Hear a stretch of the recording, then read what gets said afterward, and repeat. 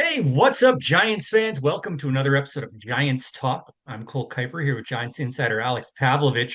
Alex was in Las Vegas for the GM meetings until just a few minutes ago. So we'll talk about that. Plus, most importantly, Alex sat down with Buster Posey. He's running the team. He played for the team. He's everything you want in a president of baseball operations and more. So enjoy Buster Posey here on Giants Talk. Before we get started, Giants Talk is presented by Mancini Sleep World. Mancini Sleep World's Black Friday sale is on with savings of up to $1,200 on top mattress brands. Plus, for the first time ever, they're having 14 days of deals starting November 14th. Find everything you need to upgrade your room and home. Don't sleep on this. Visit your local Mancini Sleep World or visit sleepworld.com. All right, Alex, you are looking fresh from just getting home from a Vegas Am trip. I? Yeah, you're looking good. Thank you. Yeah, no gambling, no alcohol, no. It was a business trip. It Business was in Vegas and trip. out. So where did the GM meetings happen in Vegas? Where did you stay, I guess, first of all? They're at the Cosmopolitan. All right, sexy. Yeah. I usually try to travel I'm not at the Cosmo, but Yeah. in a comfortable way. This was booked a little last minute, and I was a little wary coming into today of like flight cancellations and things like that. So I literally Mhm. waited until I was on the plane to Vegas to book my hotel. And once I was there, I realized I was going to get in at like 12:30 and realized I was going to be out at like 7:30 in the morning to go to talk to people. And I'm like, it would be funny. The first hotel I ever stayed at when we did a UCSB road trip to Vegas was Excalibur. It's very well within our budget.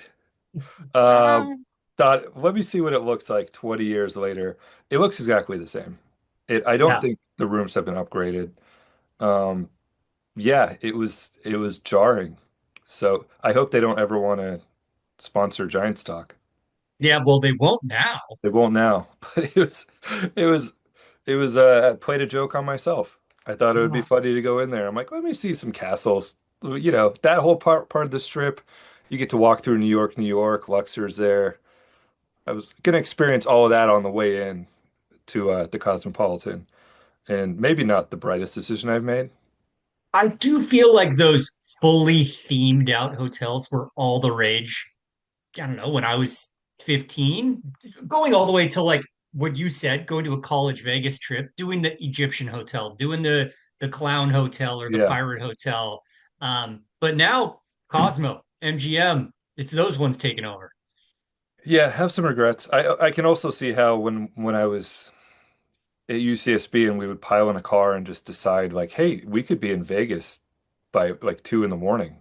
Yeah, Let's we just, can sleep 12 to a yeah. room I, and maybe I not sleep at all. I could see how maybe we didn't care what that room looked like, but it has not been updated since. So Yeah, anyway, I'm glad I look fresh because it was a very comfortable bed.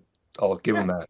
good. Um, Maybe they use Mancini's. I don't know. It was a great It's mattress. very possible. But all So right, so the meetings were at the Cosmo. I was picturing them being at like Circus or something. So they did it right. a little fancy. And how were they? Well, I have a question for you. You started that, very nice tease of the Buster Posey interview. You have a lot of faith and trust in Mr. Posey, correct? I do. That Okay. I do. Big fan. Let me read a little quote from you here. Buster said, I am. I wish I had it when I played well, I did have it towards the end. Personally, I just think it's a better product. It adds a little bit more excitement late in games instead of maybe you have just like and it kind of went on and on. But he said, anyway, I just think the action is better.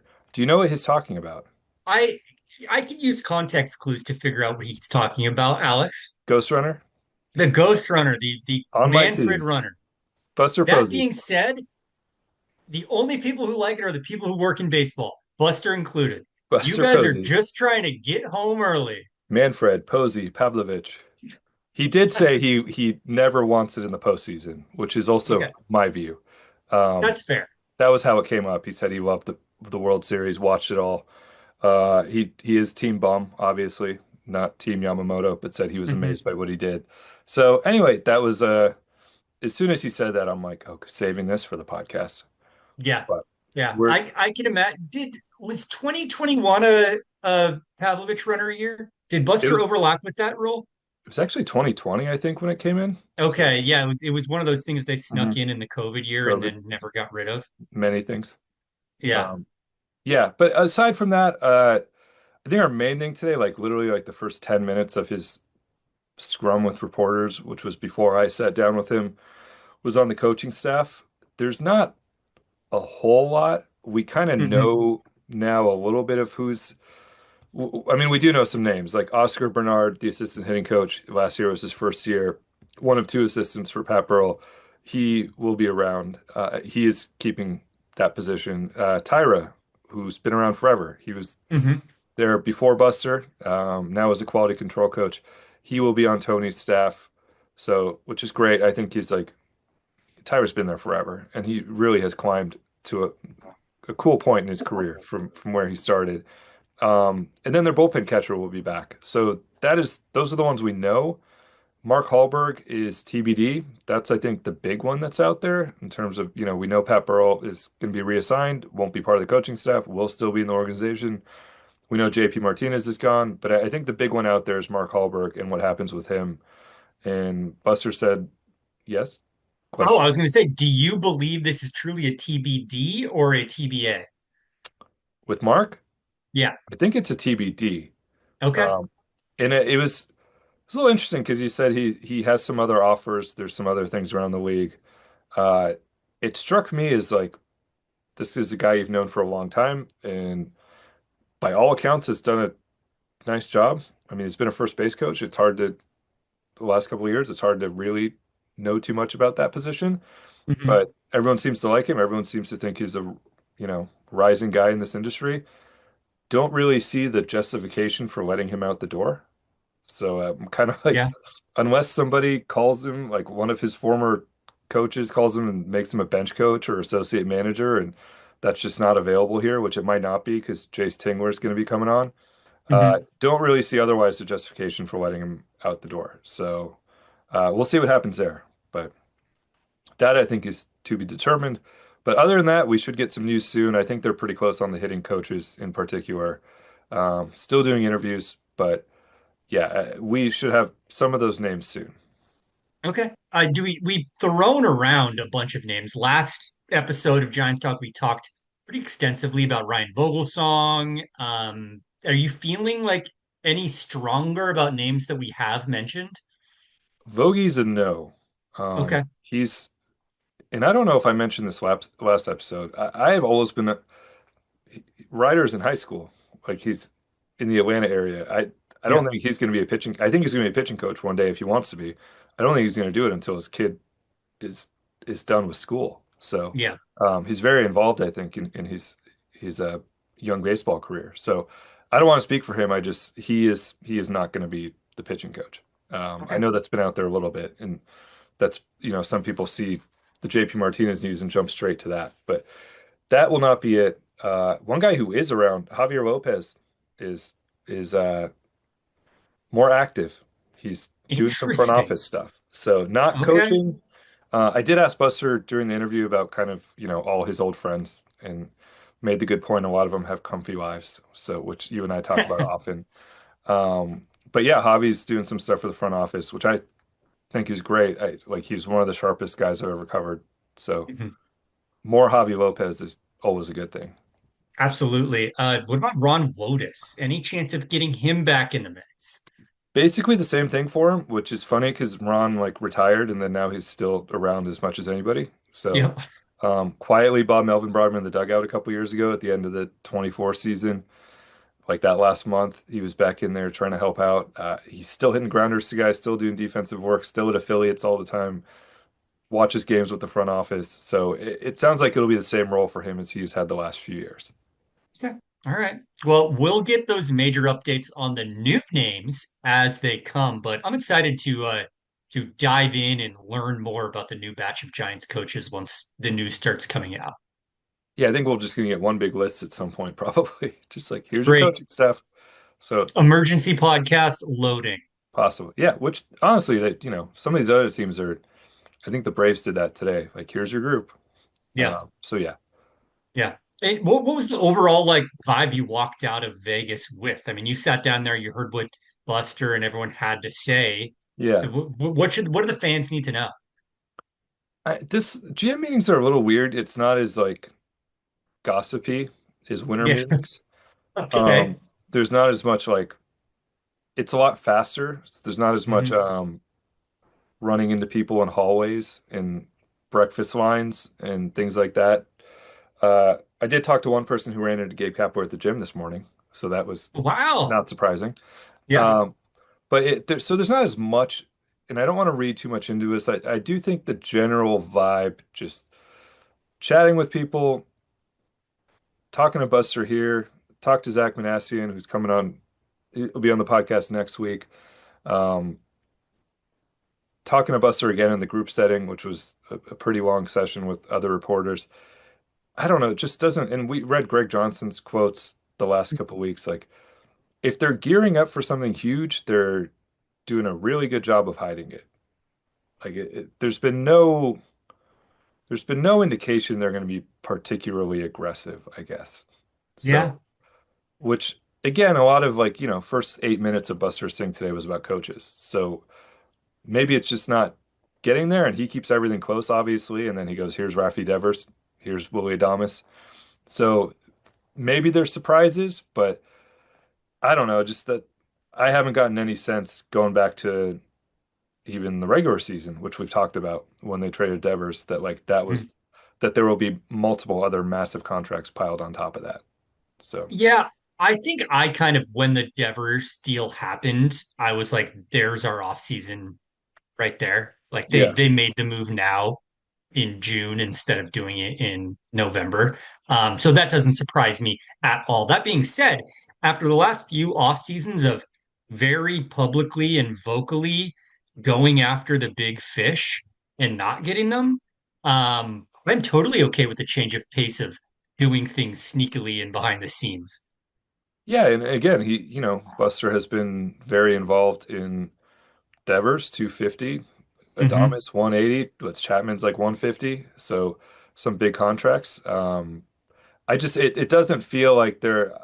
I really think the quotes from ownership are important and maybe went under the radar a little bit.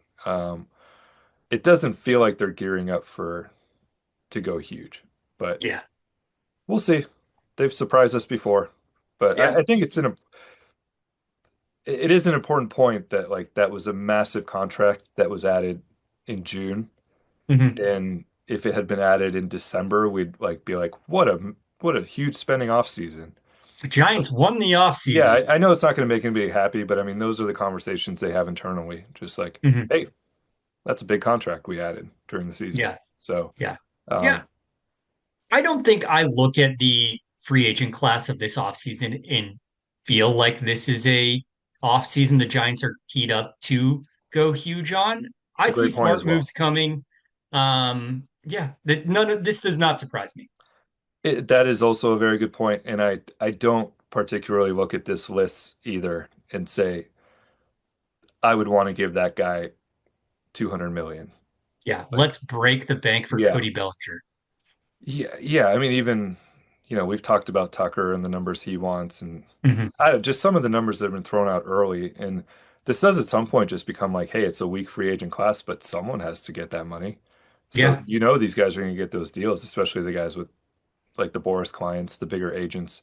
Uh, yeah, I think I actually don't think it's a problem if it's like smaller. We've talked about it last episode, like those smaller Hmm. pitching deals I like. Yeah. I just hope there's multiple of them because they need it.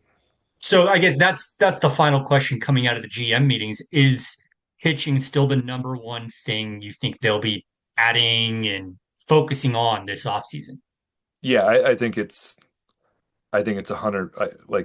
100%. It's not 100% spend on pitching. I think it's like 98%. Like Yeah. I had a conversation with one person who I brought that up and they basically were like, we talk about that. Like any trade, if you're talking about trading for so and so and you're saying, hey, send this guy and this guy and this guy for a second baseman or a right fielder, like is that better used on a pitcher? Mhm. It's you and I think are in agreement there. Like I think I've said that like 5 podcasts in a row. Just any dollar you want to commit to right field or want to commit to second base or backup catcher or whatever, my first question would be, is that better spent on your bullpen or on your Exactly. fifth starter? So I think that's the right way to go. It sounds like that is their emphasis as well. And we'll see where this all goes. If it's an off season where they're just adding a ton of pitching and adding, there's no value pitching, but adding these guys on a 2, 3 year deals and adding some bullpen options and somebody who maybe could get in the mix as closer and things like that, I think that's fine, like for the most Yeah. part. But we'll see where they ultimately end up here. All right. Well, we will hear more about all of this when we get to the Buster Posey interview later on in this podcast episode. But I want to get to some mailbag questions from listeners before we get to Buster Posey. As always, if you have questions for Alex and I to address here on Giants Talk, go ahead and send them to us wherever you can find us on social media, and we'll add them to our list. We're going to have a lot of slow time periods this off season where your mailbag questions will be graciously appreciated. The first one January. I have on here is from Sydney, and this is a topic I don't think we actually got into yet on this podcast, and that is about Bruce Bochy. Sydney says, I saw Bruce Bochy is back with the Giants as a special advisor. What do roles like that mean? Is that a boots on the ground kind of thing, or more of a collect a paycheck and be around if needed kind of thing? Both. So both depends who you are. People in different kinds of like Dusty Baker's around a lot, Yeah. and he's there talking to players. He's there talking to. I watched him and Jungkook Lee have a long conversation last year about hitting. Like he's there a Mhm. lot. I think it sounds like Bochy's going to be around a fair amount, and Yeah. uh, Buster said Tony's talked to him a couple times already, so that's helpful. I'm sure he'll be in spring training, do that whole thing. I know last time after he retired the first time, he loved going to the affiliates and helping out there. So for him in particular, I think he doesn't half-ass things. Like when he's Mhm. there, he's gonna be there to be helpful. And one thing Buster said today too that I thought was interesting is Jeremy Shelley, who's his assistant GM and worked with Bochy for a long time. He said he leans on him a lot too Yeah. so yeah, it's both, but there certainly are some people around the game I think who are a little more ceremonial, a little more collect the paycheck and Yeah. and Get invited whenever, yeah. you need to show your face and kiss some babies. But honestly, that's also part of this is like Yeah. when those guys are in town, they are at events for the Giants. They are at charity events. Yeah. They're help. Having Barry Bonds on retainer, basically. Yeah, yeah. So and the Giants do that with a lot of people, but I think for Bochy when he's in town, it'll be a lot of hands-on stuff and Mhm. sitting in the booth probably with Buster and watching games and giving his opinion. But I'm sure they're also going to ask him maybe to, I don't go do some charity thing or go to a batting practice thing or something. So yeah, it's a little bit of Yeah. both. Yeah. All right. Next question is from Ryan. Ryan says this may be a biased take, but I think there needs to be a bigger conversation about a potential Mike Yastrzemski reunion. The last time his name come up, you guys seem to dismiss it pretty quickly, but I do think it would make a lot of sense. I get the argument against running it back with the same guys, but I think Yaz could excel with a full year in a more balanced lineup where he doesn't feel as much pressure to be that guy. The defense is such a plus, especially after watching guys like Ramos and Matos struggle. Also, lowest strikeout rate of his career in 2025 and highest walk rate since 2020. Fair point. But you and I are both team Yaz is good. I like he has So a lot. we're we've been arguing this for years with the people who wanted him like DFA'd every time he'd go in the Yes. tank. He's a very valuable outfielder. I think it was Keith Laslowitz. He was like number 25 overall. Mhm. So he's going to be high up there. And it is funny, like when you look at the outfielders, as we mentioned, like, yeah, you don't get very far down the list before it's Mikey Yastrzemski. Yeah. So I think where we were through cold water on that a little bit was just, at some point you can't be like bring Tyler Rogers back, bring Mike Yastrzemski back, just run it back with this whole group. So that's where I kind of threw cold water on that. I think he probably will find a better opportunity. Uh, they love him. They love him there. Buster likes him. I would also say if they're gonna go get an outfielder, I don't. I think I just want a little bit more flexibility. Just Yeah. either someone who you know is going to bring something different to the offense, um, or someone potentially who can help in center field. Like that's one thing we haven't really talked about. I don't know where this goes with Jung Hoo Lee, but there's a world in which they like decide to move him to a corner at some point. Not like opening Hmm. day or anything, but at some point next year maybe. Because outfield defense is really important, and they just went and got Justin Dean to add to Drew Gilbert and this mix they have here of guys who are really good defenders in center. So yeah, that's I just don't know if they'd want to be like, here's Ramos, Lee, Yastrzemski again. Yeah. And Yeah. yeah, I, but good player. he- Good player. I like Yaz a lot.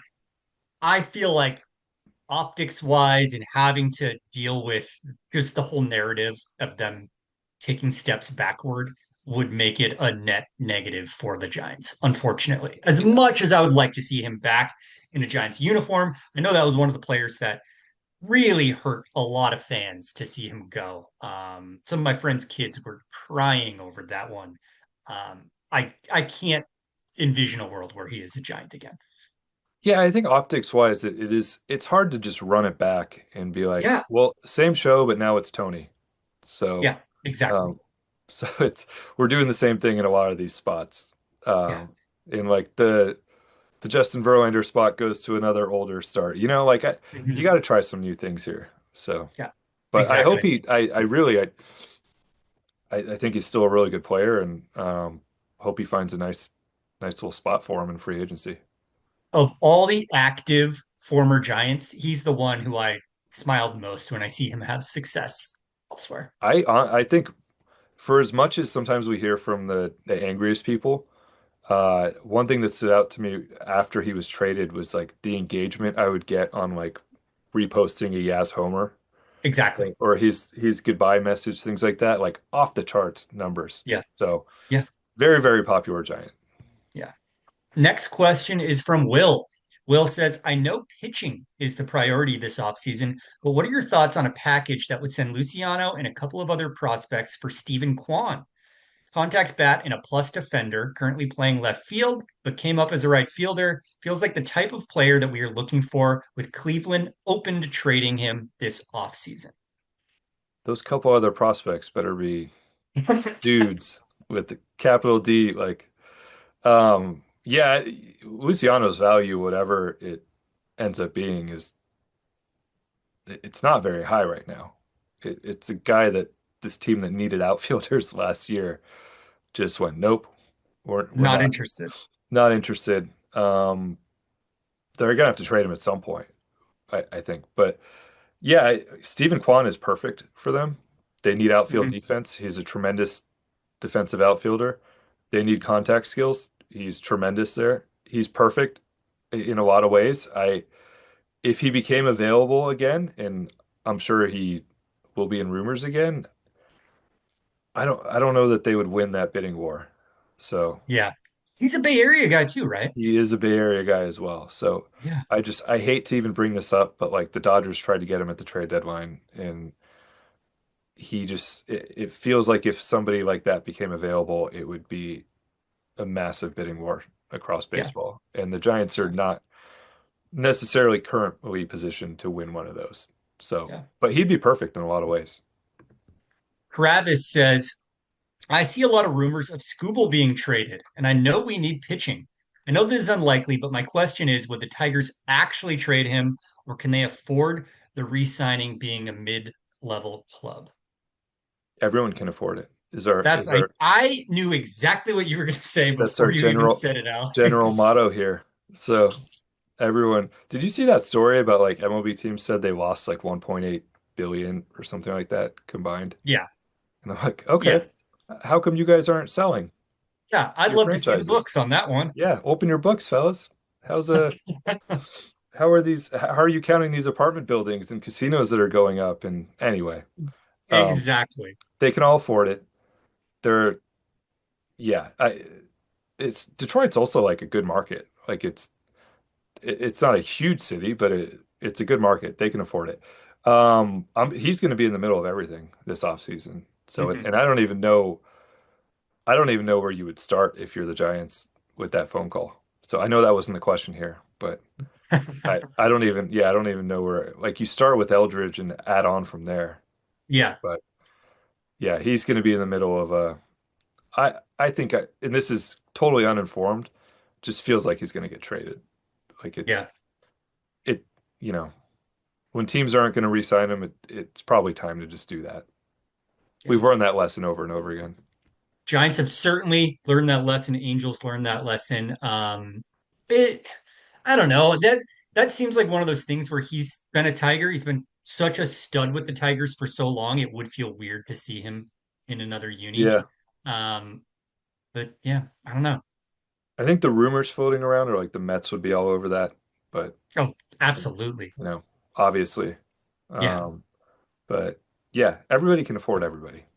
Don't ever Everyone forget can that. afford everybody. The official motto of Giants Talk. Remember that the Giants did say yes to 700 million for Shohei Ohtani. They're like, Yeah. sure. So, and then went elsewhere. But Should have said a billion. yeah, should have said yes. Uh, Jeff says, do you think the Giants will sign the Japanese pitcher Tetsuya Imai? How do I answer this? Just either am I breaking hearts or am I making news? He's going to be another one. Like if you don't know his name, go do some research him a little bit. I want to break down that market a little bit more on a future podcast when we have more time to Mhm, flesh it out a little bit. But yeah, he's going to be at the center of things this offseason. The projections that I've seen out there are like 150, 180, things like that. We'll, mhm. we'll see where that goes. The Giants have seen him. Um, Buster Posey, Zach Manassian were in the house to watch him earlier this year. So they have seen him. They want to be active in that market. I'm sure they will be in this market, but I would never put a yes on any addition. Yeah. So If I'm the Toronto Blue Jays, I'm giving this guy a a blank check just to stoke a new rivalry. I I don't say this because it's the Dodgers. I just really hope he doesn't go to the Dodgers. I just Yeah. like If I- I think it would just take one more domino for like the jokey, yeah. all the Japanese players are going to the Dodgers thing to become not funny anymore. Yeah, we want the people who want to go against that team and Yes. face Yamamoto in a game one. So Yeah. Uh, but yeah, he's going to be. We'll talk about him more in future podcasts. We'll talk about him a lot, I think, this offseason. But he's a name to know. All right. Tatsuya Talk has begun. One more mailbag question before we get to our Buster Posey interview here on Giants Talk. This is from Bojack. Bojack says, I am trying to buy 3 autographed books of the franchise. Does Alex personalize his autographs? Thanks. Yes, if yeah, I ask everybody. I say, what do you want? I think I've only turned down one request, so What was it? I don't want to say. But he also said you can turn this down. Okay, And then he great. put a second option. So, Okay. uh, but I was like, I don't want that I written don't want that to have my name next to it. written above my signature. Yeah, that's fair. Um, Yeah, no, I'm happy to. I do that with everybody. So hit me up on Instagram and we'll get Okay. it done. Perfect. Well, with that, let's get to Buster Posey here with Alex. Before we get started, Giants Talk is presented by Mancini Sleep World. Mancini Sleep World's Black Friday sale is on. Save over $500 on top mattress brands with prices starting as low as $100. Plus, recliners for less than $300. Don't sleep on this. Visit your local Mancini Sleep World or visit sleepworld.com. All right, Alex, anything we need to know going into this interview? No, Buster Posey at the GM meetings on we sat down on Tuesday, so if anything happened in the last 48 that changed anything, that's why. But um no, I assume you had a much nicer hotel than I did. That's uh that's all you need to know. But yeah, enjoy You Buster didn't Posey. run into him at the Excalibur buffet? No, I did not. I don't know. I'd be curious how many of these guys are doing buffets during the GM meetings. Can't imagine any of them. Not a high number. So No, no. yeah, probably not. All right, let's hear from Buster Posey. All right, here at the general manager meeting, second one for you, Buster Posey, is a head of baseball operations. How much more comfortable are you this year than a year ago at this time? Good question. I'm not sure. Sometimes ignorance is bliss. So, no, I mean, I definitely have a better feel of the flow and timing of things. I wouldn't say that I have it completely dialed in, but it's helpful. It's always helpful to go through something one time and get a sense of how things might play out. But I think the fun part about this job is there is a lot of variability, and that's something I've enjoyed that's been very different than as a player. We've had some news already in the offseason. Bruce Bochy is back with you as special advisor. How do you plan to lean on him? What can he bring to you specifically? I mean, you're technically his boss now. Yeah, well, I certainly don't look at it that way. I was telling somebody earlier that when I was a player, I never looked at Boch as a friend because we kind of had that clear line of like, I'm the player, you're the manager, you're making the decisions, and I'm going to go run through a wall for you.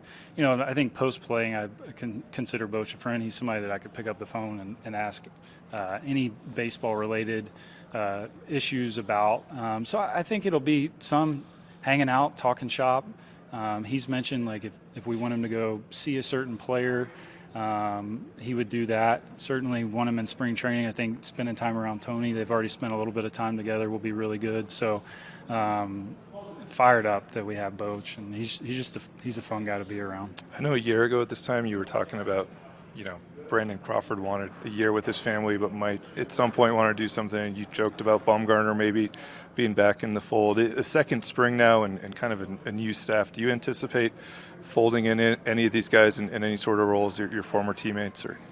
Yeah, I mean, I've talked to some of them. It seems like they're pretty content with what they have going on right now, and I get it. I mean, when you have kids at home, that there's certain things you don't want to miss, and it's a big commitment. I mean, for me, our decision to move back to the Bay Area, I think, made this possible for me to do this. I don't know if it would have been something that I would do if we had not moved back to the Bay Area. So I certainly understand where they're coming from. Looking at upgrading the roster, you have 6 guys who have pretty big payroll commitments moving forward and making up a big part of that. How much does that impact maybe what you do this offseason and looking at the potential of labor issues a year from now and knowing you have some really long-term contracts here? Yeah, it impacts it. There's no question it impacts it. I mean, we want to put the best product on the field, and we're going to consider every angle to do that. But you also have to look to the future and say, you and I were talking, I think, off camera a minute ago, or about where we're going to have players from our minor league system to be impact players. I got to see it when I was playing, and feel like we're kind of creeping our way there to having some guys that can do that. And I always think too, whether it's right or wrong, I mean, obviously talent is going to win out, but sometimes when you have that player in your system that comes up and makes a drastic impact, it profoundly affects the rest of your system, because they're looking and they're saying, well, this guy was just my teammate and played alongside him. He's not that much different than me, and confidence grows. So long-winded way of saying we're going to do everything we can to put the best and most entertaining team on the field. I think Greg has been pretty open about long-term pitching contracts. They are dangerous in a lot of ways, and something he maybe doesn't love doing. How do you feel about that, and how those compare to like the 3-year contracts? And you had success last year with a 1-year deal for Verlander, and how you balance all of that. So this is one part of the job that I'm not still sure like what I can well, and you can't could say. Yeah. So I'll plead the fifth a little bit on that and just say that we all have our thoughts and opinions, and there's examples of good and bad in those in all those scenarios. So I think you just have to keep an open mind. This is probably one you can answer. You have most of a bullpen to rebuild. You've seen all different types of relievers from your playing days, your days as an executive. How do you go about rebuilding a bullpen over the offseason?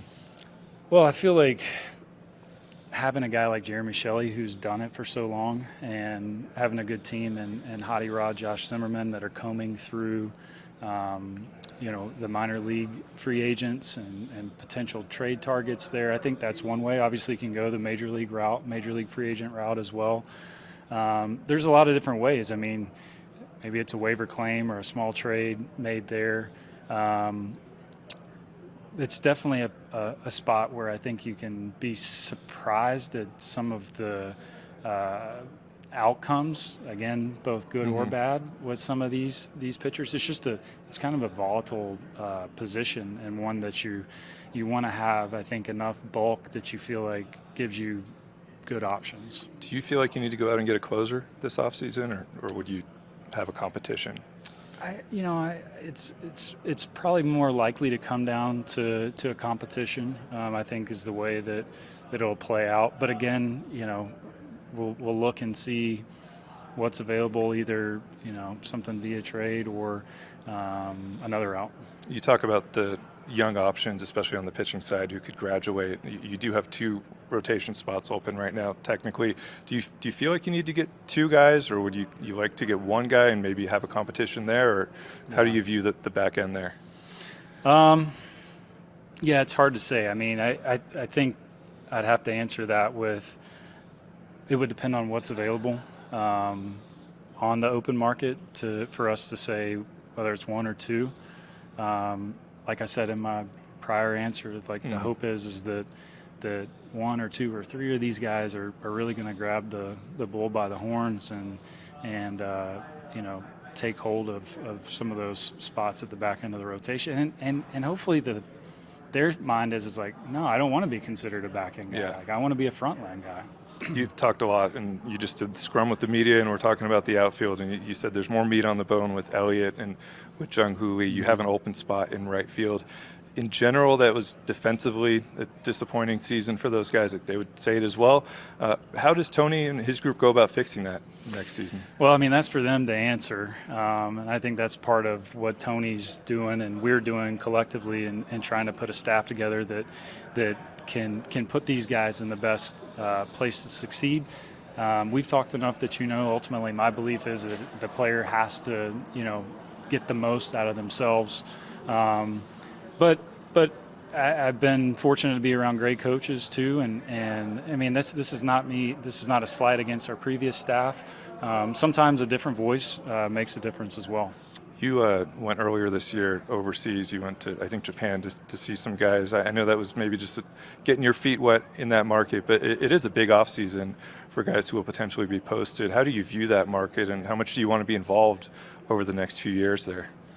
Well, we most definitely want to have a presence there, and you see the impact that Japanese players have had on teams. Really, I guess you could go back the last almost decade now. So we know how important it is to try to land those guys and just how talented they are. And when I was over there, I was impressed, I think, with the pitching. The pitching didn't feel like it was too far behind. I'd say the hitting's probably a little bit behind still, but a lot of really good players. I asked Zach this question: how do you convince some of those guys not to be a Dodger? It seems like it's been automatic a little bit for some of them. Yeah, I mean, I think you put your best foot forward, and you're honest with people. Hopefully the things that you say resonates with them, and they want to be a part of something that we're trying to build. And really, I think it's as simple as that. You just you put your best foot forward, and sometimes have to decide if you keep me out of the recruiting trip. Yeah. But I mean, I got a little bit better. I got Adamas last year, so we're on the up and up. I was going to say, as a player, the track record was not the greatest. That's right. You got Willie, you got Justin. It's a blank slate now. Yeah. I'll finish with your manager. The last time we saw you was at his press conference. I know you said you've heard from a lot of people. It's all been positive. Tony seems to have a Rolodex that maybe even surpasses what you have. He seems to know everybody. I see Peyton Manning talking about him, and he's on a bunch of podcasts. Have you heard from anybody that surprised you that was just like, I know this guy, or I trust this guy? Or Nobody comes to mind. I've heard from a lot of people about him. To your point, it seems like he knows a lot of different people in a lot of different walks of life, and we've all seen it over the last couple of weeks. Just he's so good with the media, and he's got a great presence about him, and I think it's something that he enjoys doing. That's a good thing because he's about to do it a lot, coming up here in his first season, but have really enjoyed getting to know him even more since we made the hire, and he's actually coming in today to spend a little bit of time with the group, and we're still very, very excited about him. Yeah, you have to warn him he has to do this constantly. So he seems like he likes it, though. I think so. That's good. All right, Buster, thank you for sitting down. We'll see you in Orlando, I guess. Sounds good. Thanks, Alex.